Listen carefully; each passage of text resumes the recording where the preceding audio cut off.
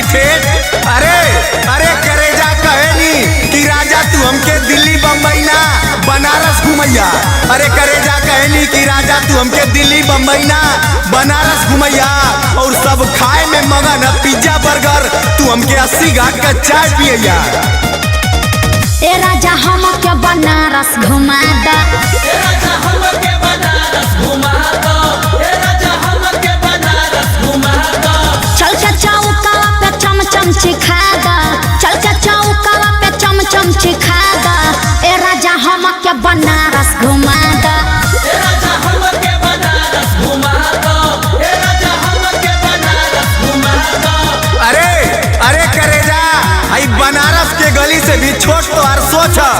अरे करेजा आई बनारस के गली से भी छोट तो हर सोच कि तू हमके ना समझ पावत हो, बस हमके यही बात का अफसोस।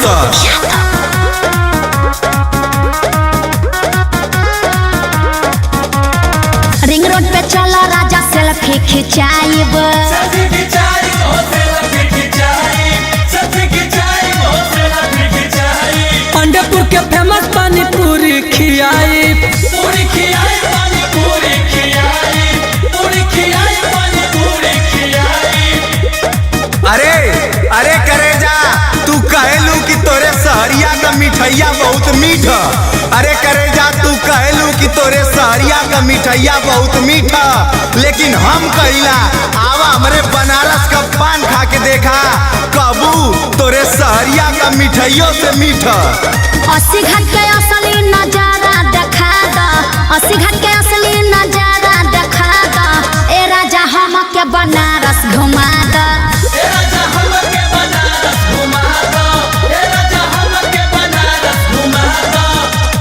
अरे अरे ना हम बम्बैया, हम तब बनारस के ही भैया।